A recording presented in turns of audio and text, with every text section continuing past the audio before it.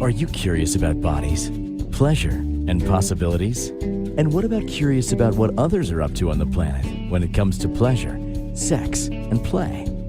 Have you considered what pleasure can do for your life, your body, and your bank account? Do you know something magical, delightful, and out of this world orgasmic is not only possible for you, but totally available to you? If you're ready to be the magical, sexual, sexy beast you know you can be, and you just need the tools to get there, you're in the right place. Now, here is the host of The Pleasure Zone, sex, relationship, and intimacy coach and holistic health practitioner, Milica Jelenic. Welcome, my sweet pleasure seekers. So tonight's topic, and I'm going to give it to you, I'm just going to give it to you straight up, is because I was having this thought about how much I talk about foreplay and how much I talk about core play, which is a great word that I got from a book called She Comes First. And I love that word, core play. And I don't know if the author of that book coined that phrase or not, but I love the phrase. And then I thought, what about afterplay? And you hear about things like afterplay more in like the kink community where you're doing things to make sure the person's safe and you're checking in to see, how the whole process went. So aftercare. And so I'm thinking afterplay because frankly, my body's still usually ready for some stimulation and for more fun and more play. When it's done, it's not done. So we're talking about afterplay today and some fun ideas for afterplay because sometimes the foreplay, maybe it just isn't happening in the way that you want it to. So delay it. Maybe it becomes afterplay. All right. Well, let's talk about that as a fun concept if you're watching videos as I'm like flinging my microphone around. Anyhow, afterplay, that's what we're going to be talking about. And why do I talk about these things? One of the reasons is because I absolutely love talking about pleasure because we don't have enough of it on the planet. It was interesting. I actually saw this video this week about research that was done on babies in I think it was the 60s, around 1964. And there were all these babies that were sitting in front of toys and they would give kids blocks and they would stack them up and see how all these babies would respond. And they could tell which children came from places where they weren't feeling overly traumatized because the kids would automatically play or they would knock the blocks down right away because they felt like safe that they could do that. I didn't dive into the research that they were representing, but I saw that and I was like, wow, we carry that out. We carry all of that. I don't know how to play stuff right through our lives. And it's one of those things like I create an idea for a show and then the whole week leading up to it, my life, information, things surround it to give me more insight into that. And that particular one with babies who were not able to have fun or play and didn't even want to stack or touch the blocks, even when shown that it was okay or to hold the block, they didn't know what to do with it. They just sat frozen. So they were monitoring these babies and their fight or flight. And these babies, so many of them were frozen and they were all in the polyvagal response of their bodies were not calm. So they were all in some kind of stress reaction to things like play. And I bet if I took 100 adults right now and I sat toys in front of them, I bet you maybe one or two would actually sit and play because so many adults still to this day don't know how to play. These were babies in the 1960s. These are babies who were raised by people who had probably gone through World War II and all the generational trauma that came with that. So these are babies who also were, had all the thoughts of poverty and everything, there was stress, right? So one of the things that I didn't check into that research is did they look at the socioeconomic situations of these children? Did they look at the parenting styles of the children? They were really looking at this more specifically, that children at that very young age of under the age of 2 we're having massive stress responses to play. And so for me, this thought of afterplay is a great idea. I'm not the one who coined it either, which for a hot minute I thought I was. I'm like, afterplay, what a great word. But then I Google searched it, and there are, people using the terms afterplay and aftercare all over the place. So I did not coin it. Every once in a while, I think, I got coined this. No, I didn't. I didn't coin it. I think I also thought I coined like clit happens, which I had an episode of that recently, but I don't know that I coined it either. I'll have to look that up again. But if I did coin it, I'm making t-shirts, and let me know if you want one. Comments below. All right. So why don't we play? Let's start with that because I think that's like one of the key things. Oh, and why do I talk about this stuff? Yes, I love talking about pleasure because there isn't enough pleasure in the world. I'm also a sex and intimacy coach and a holistic health practitioner. And one of the things that I see coming into my practice all the time is that people have had massive traumas and stresses in their lives, and it's affecting their health, their mental health, their physical health, their relationships, their finances. It's affecting the whole gamut. And we need to switch this up. We need to change this because this is not kind to not only to your own self, it's then it ripples out to everybody you're around. So whether you're, intentionally being mean or unintentionally being mean, it's just a response that you are so used to that you don't know how to do it any other way. And I'm a big fan of being able to change things up. Personally, I've gone from the age of 22, well, actually before 22, I kind of dabbled in having like different experiences in my life with like meditation and things starting at around different things even than that. Now that I'm like backtracking, probably age 12. And I would go for like spiritual advice at the age of 12 on my day off school. And I'd have my $5 in my pocket and I'd go to the local spiritual advisor. Yes, I did do that now that I think about it. And then even tracking back, I was like naturally inclined to put my hands on sick people. So at the age of 2, where I'm talking about these kids who are in the stress response. At the age of 2, my dad had told me that many times I would put my hands on people who were really sick. So when I started doing this work, at first he was a little like, "What?" And then he started to realize, "Wait a second, you've been doing it your whole life." And I was like, "Yeah, okay, that makes more sense." So as a practitioner, and I've been a practitioner for over 28 years and working with people with various modalities, I have found that one thing people don't know how to do is have fun. Have fun without booze and without the alcohol, without the drugs, without any like extraordinary circumstances going on, right? Like remove the addiction, can you still have fun? And generally I have found that it's really hard for adults to just have fun. And so I'm a big fan of just have fun.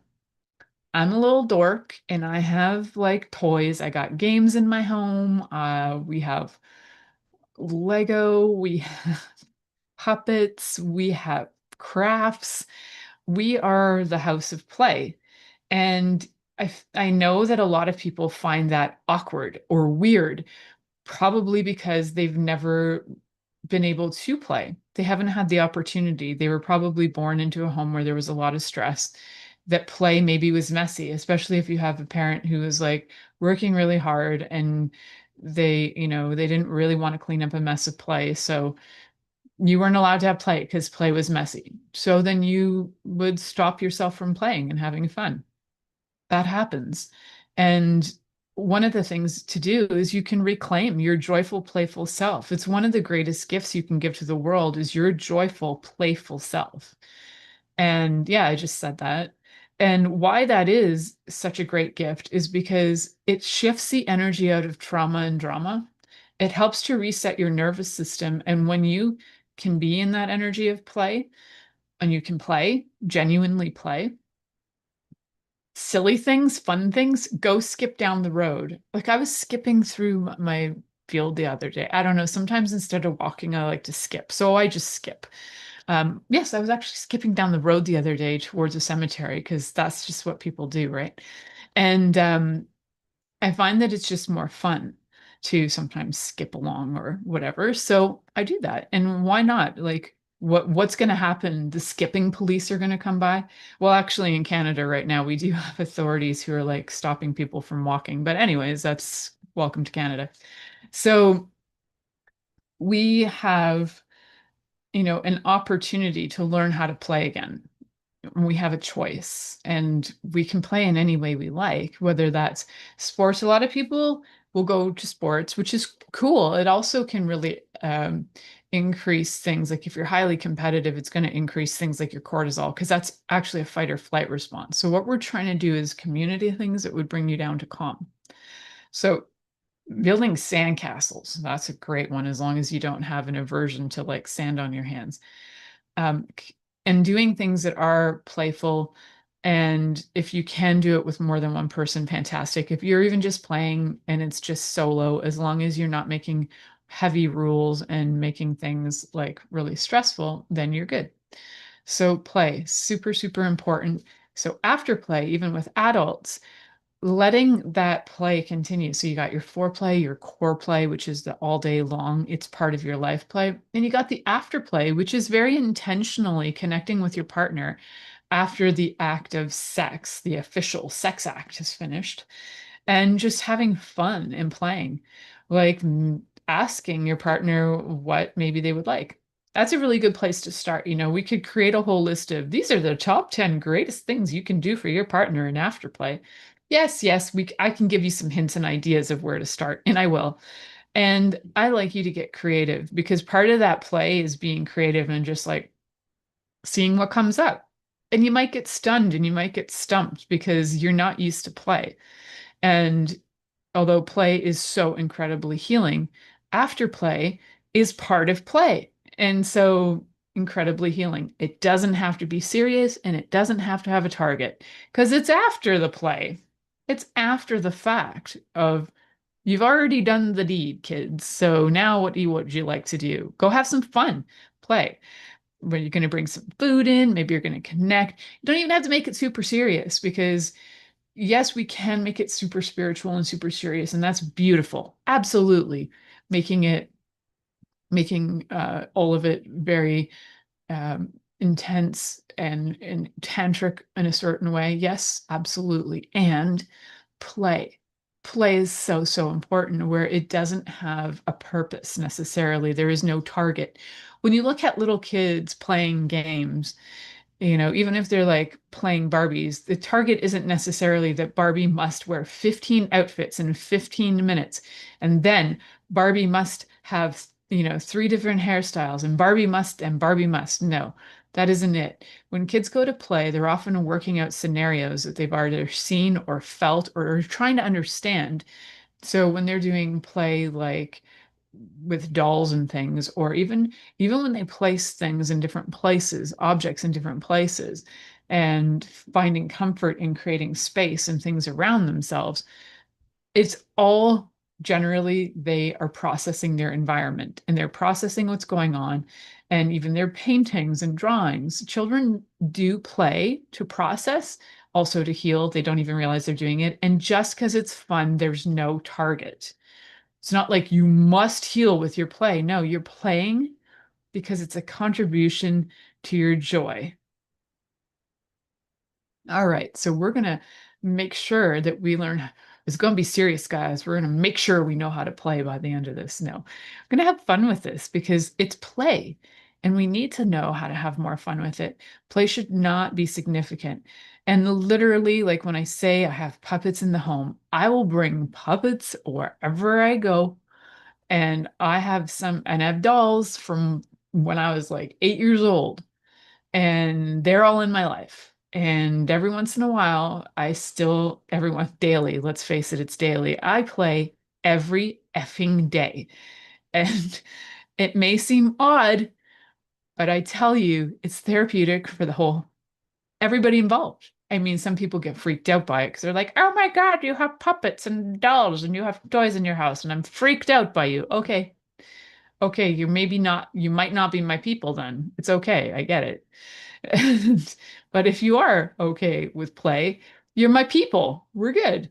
We can play. We can have fun and, just be goofy. It doesn't have to mean anything. All right. So moving on into that, think about some things that would actually bring you a lot of joy to play. Maybe it's something as simple as skipping down the road instead of walking to your mailbox. We have mailboxes out where we are, and we have to go to them.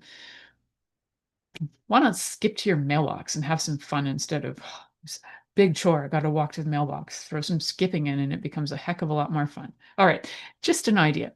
So we're going to head to our first commercial break. You're listening to The Pleasure Zone here on Inspired Choices Network, and we'll be right back after this commercial.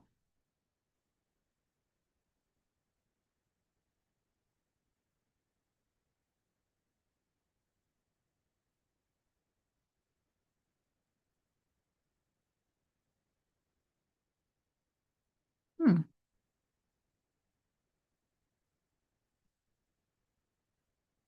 I will continue.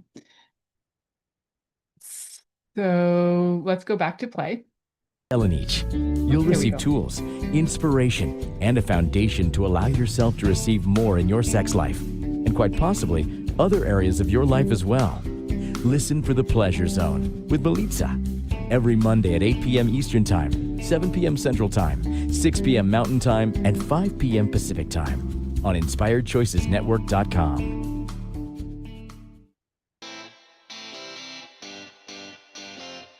Are you a subject matter expert? Are you here to share your expertise with an audience waiting to hear from you in only the way you can deliver?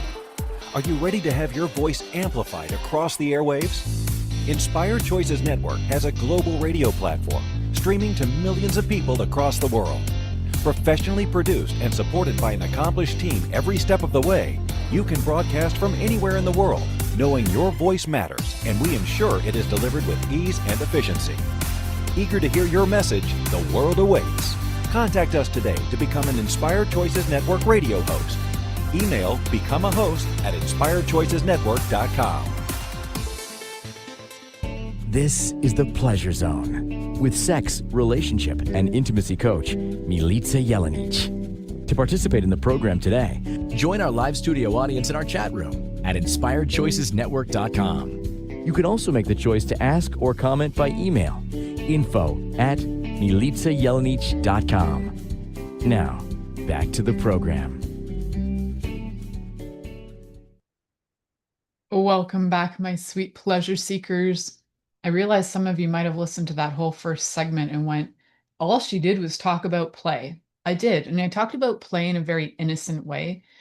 And the reason for that is because play can absolutely be playful and innocent. Even after play can be playful and innocent. I will give you tips and tools that will probably sound a little less um, silly or, whatever you might think of, me and my puppets and my dolls and my, all the Lego and games that we have around skipping down the road. Yes, I'll probably give you other things than that. Taking those ideas and just pushing you to like a little extreme that yes, even adults can have things that are playful, that are childlike, and it's more about being able to not be overly serious in life. I see a lot of really, really serious adults, and like my soul cries out for them. I'm like, how do you be so serious? Doesn't it pain you? Are you not in chronic constant pain? Are you are you having fun in life? Like, what is up with the seriousness? Are you willing to just go blow bubbles and be silly? And I know quite a few people who don't even really feel comfortable being okay with something as simple as blowing bubbles. And I've told a surprising amount of adults to go and blow bubbles, and a surprising amount have come back to me to say, felt really awkward blowing bubbles. But the ones that I've met that already blow bubbles, the quick story, my child is an artist, and we were at an art show about a year ago, and we were handing out bubbles as like just something as a gift to people coming into the booth. And an older gentleman came in, and I was like, "Do you want some bubbles?" And he was like, he looked at me funny. I'm like, oh, you're the guy who loves bubbles, aren't you? And he kind of like gave me a little smirk. He's like, I really do love bubbles. I have a bubble machine at home. I'm like, okay, that is stinking adorable. I gave him bubbles and he lit up like a 5-year-old at Christmas. And I was like, that's the magic of being able to just be silly, playful. And he like blew his bubbles in public, and it was like you could see the relief in his face that it was like he didn't have to hide his love of bubbles anymore. It was okay to be a little kid. It was okay to embrace your inner child and be silly and playful. And other people can see it and they can do whatever they want with that. You're not harming anybody. You know, everything is consensual. Your bubbles haven't affected people. Although one really angry woman wanted to know why we were giving out bubbles, and I was like, it's for fun, and she was so ultra confused by that. But there you go. Anyhow, so a little bit of talk about like why I'm so keen on bringing up easy play that is nonsensical, that's silly, that's goofy, is because when you can do that, your nervous system goes from fight or flight or freeze and or fawn even, and it starts to calm down. You'll start to connect with people. You'll start to giggle. You'll start to be silly. You'll start to heal. You'll start to find out who you are. You'll start to be okay with who you are in the presence of others without having to fit in. Um, and you don't have to necessarily hide you because you're being playful and you're okay with being playful and you're healing yourself while you do that. And then let's translate that energy over to the bedroom. So when we're really, really serious about sex, and we go in and we have a regimen and we have step 1, 2, and 3. Step 1, meet the other person at the location where this sex will take place. Step 2, begin to undress. Step 3, approach the other body and try to stimulate the most obvious parts. Step 4, entry. Wherever that entry is happening, you will enter, you will do the job you were there to do, thrust and thrust and thrust again. And then, you know, you're going to thrust back, both of you, gyrating your bodies in a very simultaneous rhythmic motion. Excellent, done. Now you will clean up and exit the room. There you go. Doesn't that sound absolutely delightful? In what universe is that delightful? That is a chore. That is obligation. There is no play. There is no humor. There is no silliness. There is no connection. And it's very regimented and there's a timeline. You know, so can you start with one thing to be playful? And this, if it involves another person's body, it needs to be consensual. So if the playfulness is to go around and either begin with touch, either touching them, touch their bum or whatever. There's a lot of bum touching that happens in this house. So if you're going to start with something that's going to be playful, make sure your partner is okay with it. Make sure there's consent. And don't make it serious. You can just enjoy the person without having to have a targeted outcome. They must have, both partners must climax. No, this is playful. Have fun. Say fun things to each other. Have a fun, playful conversation. And I find that the most fun, playful things could even include things like dress up and all kinds of fun things. Like just take it to a different zone than you're used to. Crack yourself out of all the seriousness that you make sex. And there are religious reasons why people are very serious. There are cultural reasons. There are lack of ideas, lack of creativity. There are trauma that is also like a contributing factor. So psychological, physiological reasons why people may have this. But no matter what your circumstances, you can add play. So if you're in, oh, that's really funny. My brain went to even if you're in jail. Well, yeah, but I'm not really talking to that crowd right now, right? So if you're with a partner, You can, and if you're not, even if you're solo, you can add play. So you can have play as a solo practitioner by going out flirting with people. You could go out, depending on the play that you're into, you could even as a solo practitioner, you could do things like tie yourself up. And you could do other things like putting on blindfolds for yourself.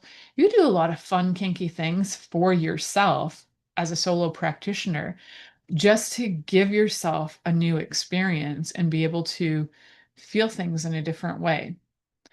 So if you are tying yourself up, though, make sure that you don't tie your hands too hard. Or if you are tying yourself up, make sure somebody knows in case they have to untie you. But I recommend that if you're tying yourself up, tie your legs up first as a first experimental thing to do. That way you can untie it. And for safety reasons too, having specialty scissors around, they're like the kind of scissors they would use for cutting material off if they come to you with an ambulance and they got to cut your clothes off. It's I think they're surgical type scissors. Anyway, those you might want to have those on hand so you don't harm yourself in case you've tied something too tight and you can't untie the knot. But definitely, the more you can have fun with it and the more you can just breathe in and relax a bit, the better you're going to feel about yourself. So it's going to help increase your self-esteem. It's also going to help your body in so many different ways. You'll probably have better sleep because your nervous system will be relaxed. You're probably also going to have a lot more clarity of mind because you're going to feel like less brain fog going on. When your nervous system is in balance, a lot of other things work. So your digestion works, which can often be a contributing factor to brain fog, along with parasites and things, but that's not my talk for today. But you want to be able to do things that will help your body heal so that you can overall heal, and then you can have more pleasure. Your body always has more pleasure when you're connected and calm. Even if you feel like you're stimulated and you're turned on, if you're turned on from a place of calm, it's even sexier. If you're turned on from a place of fight or flight, you often will have very burnt out sex where it'll happen either very quickly or you won't be able to feel satisfied. There's a lot of stuff that'll happen when you're having like burnout sex or obligation. It'll feel like obligation too. So one of the reasons we want to do after play. So we got foreplay. That's happening before the actual body parts coming together, whether it's oral or anal or vaginal penetration. Some hole is going to get something in it. That's generally how people categorize sex. And then we have core play, which is like kind of that concept of that your whole life, like it's part of your life, whether you started in the morning or you just, for a day you have that, or if it's just how you are all day, every day. And then we have the concept of after play, which is what you can do with your partner after those body parts have slammed together and and even if it wasn't 100% gratifying or satisfying, penetrative, some body part goes in a whole kind of sex, the afterplay can be incredibly gratifying. So one of the reasons to have afterplay is because it will help you connect with your partner. It helps with emotional bonding and it helps with long-term desire. If you would like your partner to desire more sex with you, then including things like afterplay so that they feel connected, so you're not just walking away and abandoning them, they will have more desire to want to be with you. They'll feel more connected to you and they'll desire even more connection to you. It'll also bring in like hugging and things as an afterplay can bring in the oxytocin effect where you start to feel even more connected. Oxytocin is one of those happy hormones, so it'll increase your happiness as well. So a lot of reasons why people completely don't even have afterplay or never even maybe thought of it is because they figured the act is over. That's all there was to it. That's all we ever learned about is the purpose, the target, and then you hit the target and walk away. So that's one of the reasons. A lot of times is time. Time is a constraint. Maybe they're just, it's a quickie and they're the time constraint, or there's children, or there's just, they haven't chosen to create the time, because you can always choose to create the time for things that are important to you. When you choose to create the time for things that are your priority, your life changes. So if your partner is your priority, and if pleasuring your partner is a priority, and you commit to that, and you create time for it, your life will change. It will become better and better and better. And it will impact your satisfaction. You'll have more and greater satisfaction with your partner, as your partner will enjoy you more and you'll enjoy them more.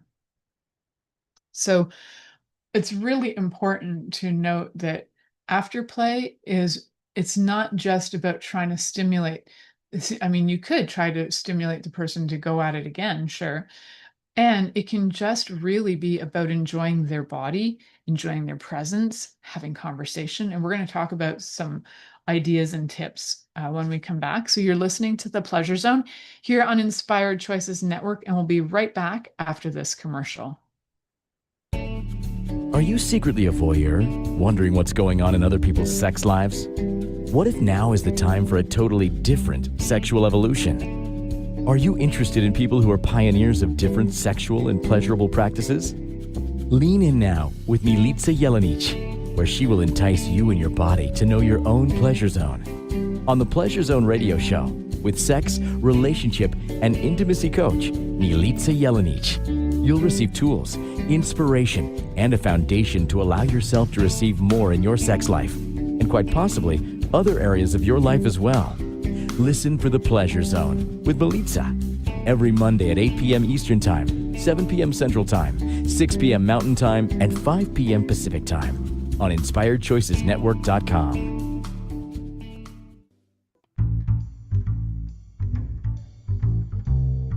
How wonderful would it be to carry your favorite Inspired Choices Network host with you throughout your day? Well, now you can. Inspired Choices Network now has its very own mobile app. Our free app offers live streaming shows, along with thousands of podcasts and TV episodes. Our shows cover a wide variety of topics. Whether you're waking up with us, carrying us through the day, and taking us to bed with you, we're always here for you to enjoy. We're easy to find. Just search for Inspired Choices Network in the Apple App Store or Google Play Store.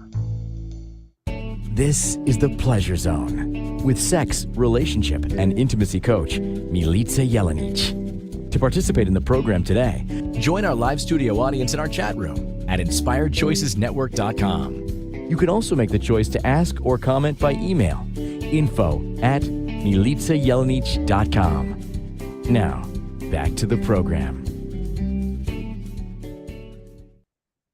Welcome back, my sweet pleasure seekers. Tonight we're talking all about afterplay. And I've mentioned in several episodes, I've mentioned the Wheel of Consent. So The Art of Gifting and Receiving, The Wheel of Consent, is a fantastic book. And you can incorporate that either in your foreplay or your afterplay. And there are great ideas in there that I think could be really well integrated into afterplay that are part of the permission for touch. So asking things of your partner like, may I stroke your back while we lay here? And your partner might be like, actually, that sounds lovely. And then you can give guidance. You can either do it your way, or you can say, can you show me in what way you would like me to do that? And maybe they'd like really light touch or heavier touch, maybe slow touch, maybe fast touch. But be open to receive feedback and have conversation, because really this is just about connecting with your partner. It's not necessarily about having to get them to orgasm, like that obligation orgasm, that target that's so, so important. It's about connecting with your partner. So if you can enjoy them and enjoy their requests, enjoy their feedback, especially if they're and the feedback, I hope that if you are giving feedback, that your feedback is kind. Say, I really love it when you touch here. Can you oh, can you touch me slower because I really want to enjoy your touch in a longing kind of way? Yeah, give that feedback. It's lovely feedback. So, touch is one of those things you can do, and having consent with that touch is fantastic. So asking the questions of may I, and it's kind of fun and playful. Like may I is such a great way to start a question. May I touch you? May I touch you? And then give a specific place and maybe in a specific way. May I touch you slowly on your thigh? And your partner may be like, the game Mother May I? This is where it kind of gets playful, right? If you don't know the game Mother May I, is a game as kids where somebody would like stand up against a wall and then the other kids who are playing would stand behind like 30 or 40 feet behind, and then they would yell, Mother, may I take 10 steps? And then Mother would also would either say yes or no. And then whoever got to the wall first, or wherever you're playing, whoever got to the mother first became Mother.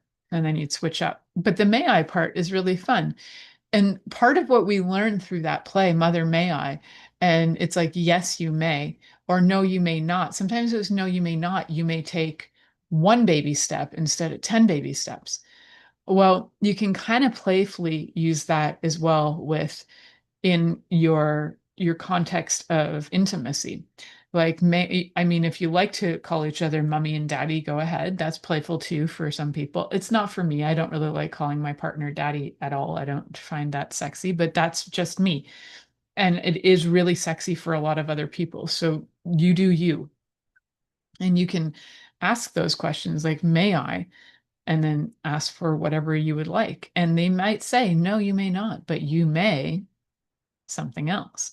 And so when it is said kind of in a playful way, where it's more like a game, like a kid's game, then you will probably find that it's a lot easier to take the no, you may nots. And you might be given a supplemental request than it is if it's like, would you like me to touch you here or there? No, I don't like it when you do that.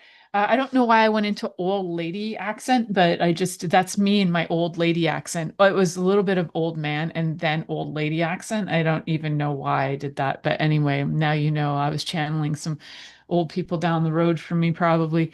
Maybe some people maybe the old lady who lived here before. I don't know. Anyhow, so giving giving some appreciation to and saying like I really loved it when you did this, this, and this. Like like very specific feedback, and give really, you can even give really sensual feedback as well. You can use naughty words if you like, because sometimes that can reignite the interest. You can sometimes just use like sounds of enjoyment too, like moaning and groaning, to be like, I really loved the way you stroked my clitoris. It was delightful. You can use fun words. Depends on the language you like. I like language like that because I'm a nerd. And so you might not. You might want to have like hardcore things like, yeah, I love it when you suck my clit. I don't know, you might want to go hardcore. I have no, and that's not even remotely hardcore. I can't go totally hardcore on here because I'll get shut down. But you can, have fun with that language stuff and see how your partner responds to the language you're using and the way you're communicating verbally, because it might be a turn off too. So being able to have a communication level that is inviting and opening for both partners is important, or many partners. I always just continue with two, but you can definitely use this with multiple partners. It's great to have consent among the whole group. So one of the other things that a lot of a lot of times people complain is that they want to be cuddled and they don't get cuddled. And for the people out there who refuse to cuddle, know that if your partner's asking to be cuddled, it's because they're really asking to feel connected, and they want to feel like you're there for them, and they want to feel like you are not going to abandon them. And the chances are they've probably been abandoned in their life and they need their nervous system to feel calm and safe. Cuddling and spooning creates a safe space effect. So your body feels like you're looked after and you're nurtured. And especially when you spoon, the person who needs to be spooned, like the one who would like to be cuddled, is spooned from behind, then their whole nervous system is connected. If you think about it visually, like their whole spine is being touched um, through your skin, through the skin, which has so many nerve endings and so many like electrical stimulation connections. So their spine is being stimulated, but also calmed through touch, through having like pressure on it. So if you've ever seen like dogs when they go into really stress zones, if you put like a thunder jacket on them, then they calm down. It's that tightness. It's like weighted blankets. So having that weight of a body and the weighted blanket feeling can be really helpful. I personally love just uh being like having a human blanket on top of me. I love like the weight of a body. My whole body just like goes and chills out. I love the human blanket effect. So that's a great feeling. And it can calm my nervous system down in seconds having that. So also things like temperature play. Like if you happen to be one of those people who is like getting prepped for having a good fun time playful sexy time, and you get like water and snacks and everything in the room, and maybe you didn't use it for foreplay, bring it into afterplay, maybe having a little snack too, some fruit, maybe some whatever floats your boat, turns you on, things that doesn't smell too yuck so that your room still smells yummy and sexy after. Having water to rehydrate is good too, but also water you could use for like a little hot or cold play depending on the temperature of the water.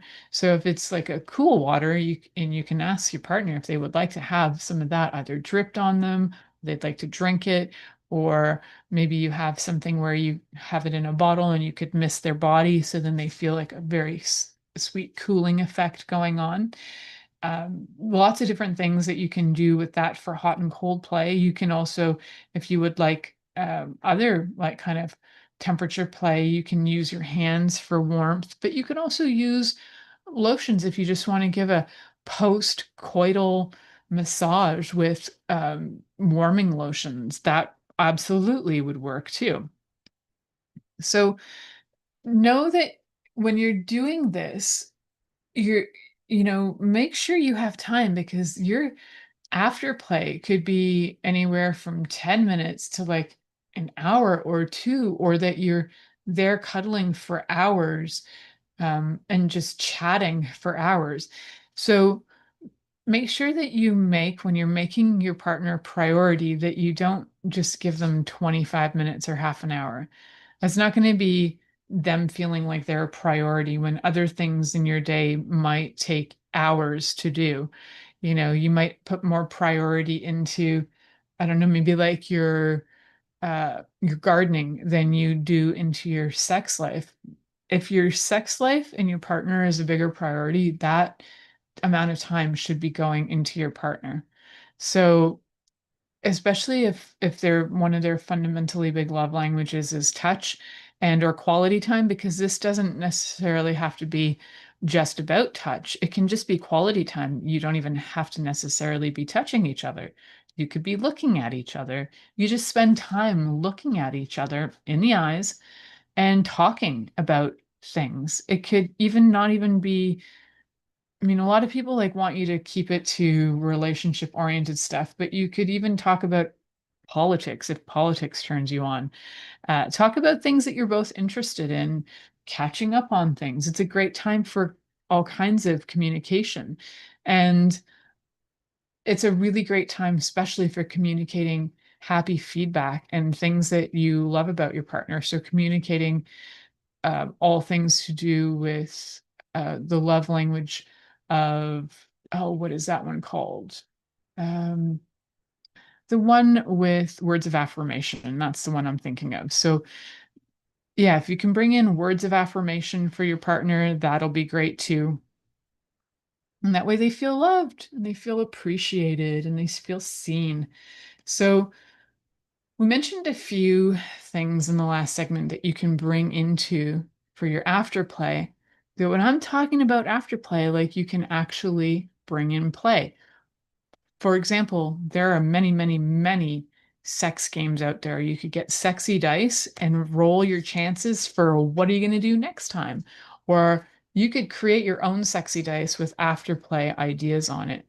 So if you have two dice, and each with six sides, you can use some of these ideas that I've given to you. You can buy dice at like the dollar store if you live in a country with a dollar store and write your own ideas on there, have your own homemade sexy dice, and you can just get playful, roll those dice after, and have fun seeing what would we do next, or discussing. Even you can roll the dice and just giggle and laugh about the fun things you could do, if you involved um ice cream and somebody's butt cheeks. I don't know, like however you guys want to make the dice. You could have things on one side, body parts on another. You could have actions on one, toys on another. You could get 10 dice if you want and have all kinds of fun things, tell stories and have fun. It's about fun, guys. Okay, I need to head to my last commercial break.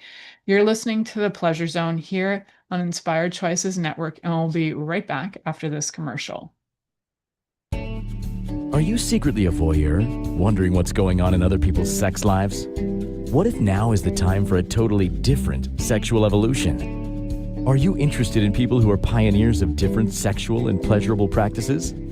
Lean in now with Milica Jelenic, where she will entice you and your body to know your own pleasure zone. On the Pleasure Zone radio show, with sex, relationship, and intimacy coach, Milica Jelenic, you'll receive tools, inspiration, and a foundation to allow yourself to receive more in your sex life, and quite possibly other areas of your life as well.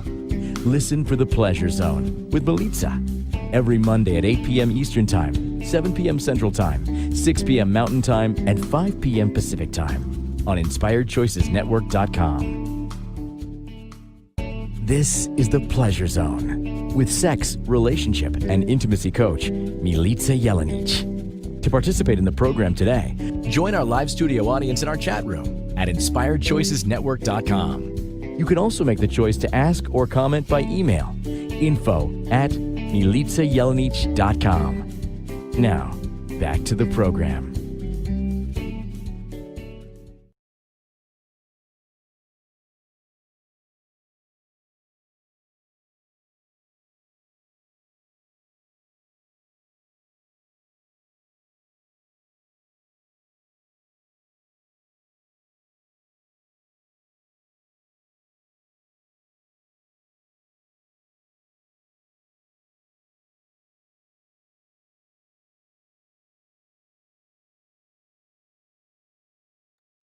Milica, we can't hear you. Can you unmute, please?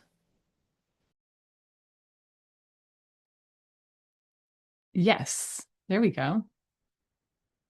And am I back? Awesome. That was cute. So we can we can play with dice. Sorry guys, I muted myself. I don't even know how I got muted. Anyway, you can get those dice like I had mentioned before the break. Grab some dice and you can make your own. So get them from the dollar store, get them wherever you like, and you can write things on them. And then you can have a lot of fun, right? So when I say that it's afterplay, the emphasis is on play. It's absolutely the emphasis is on play. It's not on whether you're going to get things right or that people are doing things wrong. This is all about experimentation, experiencing, and like just learning new things and having fun. So if you're, I bring up dice because it's a really common thing. You can get dice at like the sex shops as well, and you can roll your own dice. Those are usually for specific sex acts, but you can create your own and add silly fun things to it. Like I was saying, you could have food on one and locations on another or whatever it happens to be. Then you can take it to another game level. You can create your own cards, sexy time cards. I actually thought about creating sexy time cards for a really long time, and I just haven't. But you can make your own, you can print your own, you can, get your own card stock and write your own things on there and have a lot of fun with that. Bring in things that are playful and fun. Turn on music and dance after, and connect with your partner by dancing. You could, you know, have the music going. You could have no music going and make your own music and just be fun and silly and playful. And as I'm saying these things, I'm like ridiculously playful, as I've done all, like, I will just sometimes get up and dance and pretend I'm like doing a striptease. Like, I don't know, I'm just silly and weird. So um I think as long as you can remember to add play of some kind, with there's no obligation to the play, there's no destination to the play. It's sheerly just for the fun of it. And looking after your body after as well, like having water, having snacks, just having some time to breathe together. That's always good too. It's a little bit more connective and serious, like deep breathing together, which is lovely too. And, if you want to have sweet, soft conversations that are about things about that are more serious as well, like maybe something healed for you during that after play. Maybe you felt like more seen or heard than ever, and you want to share that with your partner, then by all means, mix that up. It's important to look at the dynamic of your relationship and what you feel is maybe lacking. If you feel like laughter is lacking, then you need to add some laughter into things, be a little bit more silly, and add something that is going to switch that energy up. If you feel like you're silly all the time and you need more seriousness, then you're going to need to do more of the connecting with eyes and be a little bit more rooted and more, I would say, more physical in a way, like with touch. Or if you need more things that are where you feel like you've been avoiding certain conversations, and maybe this feels like the time that your partner is there and present and can hear you, this is the time you bring up things like that as well. Sometimes bringing up serious things before sex can be a bit daunting, but sometimes it's needed too, because you might not feel like your body can relax enough to enjoy it if you are waiting and you're like, your whole brain is considering these important things before sex. And yes, it might ruin the mood. Well, it also might be necessary in order to be able for your body to be present enough to enjoy sex. So, and the foreplay and the afterplay. I would love to hear your ideas on afterplay. Do you practice afterplay in your life? Is it something that you've always done? Is it something that is like a new concept to you? Is it something that you would like for you and your partner to start to do, but you don't know how? So, one of the things with afterplay, and if you want to start to do that, is you can start with simple requests. So, one of the 10 that I've mentioned in this show, which I'll just kind of give you a quick run through. The things that we've mentioned are like breathing, gentle touch, verbal appreciation, spooning, temperature play, having something to drink like tea or water, like hydration, having snacks, playful snacks, could rub the food on each other's body, that sort of thing, having full body contact with cuddling or skin to skin, just like hands to hands, that kind of connection, having silence, having sweet conversations about things that matter to you or things that are silly and playful, or literally playing a game with dice. And you could have also, some people really like to close things off. Like they love ritual with sex. So even having something where you close it off and you acknowledge, maybe you have a shower together and clean up, and use a cleanup situation as a ritual as well, to enjoy each other's bodies in the shower, whatever floats your boat. But the most important part is that you're doing this together if you're in partnership, but know that if you're solo, you can still use these rituals for yourself. Get your water, get your snacks, get your stuff going, roll your own dice for play. Go have your bath after maybe you've masturbated, and maybe that'll get you riled up for more fun. And enjoy that time in the bath. Maybe get some bubbles going and have lots of fun, and get music. I also mentioned dancing. Get that happening. So if you're looking for ideas, start with some of the ones that I've mentioned, because they're going to be a really easy starting point. They're really easy to access, and they're really going to be something that not only can you access, they're going to be easy to have conversation about. It's not like you're doing something super extreme that you've never tried before, or that is so foreign that people would just be like scared of. So know that you can absolutely just begin to have these conversations with your partner.